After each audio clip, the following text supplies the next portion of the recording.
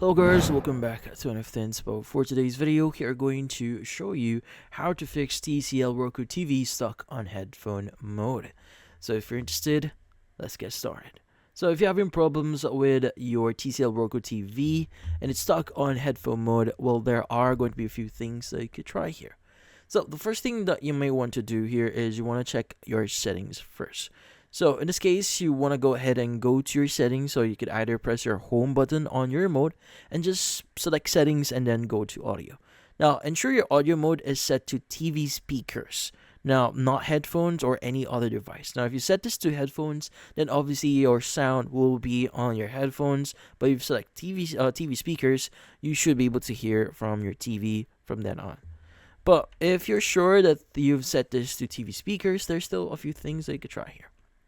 Now, you could actually start, or in this case, you could basically try power cycling your TV, which in this case just involves you restarting your TV, but there are some things you need to know.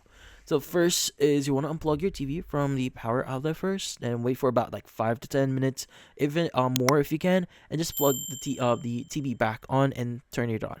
Now, sometimes this will help you a lot. Sometimes the TV is just having some technical difficulties on it, so sometimes power cycling it can help you a lot.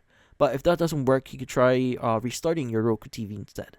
Now, you want to go ahead and press your home button on your remote. Then you want to go to settings, then system, then power, then choose system restart. Now, from then on, just confirm if it requires you to confirm that you want to restart. Confirm that, and usually that should solve any problems. But if that doesn't solve your issue, or you've done all of this, change the settings on your Roku TV, then most likely the issue itself might be a hardware problem, which in this case you need to contact TCL support.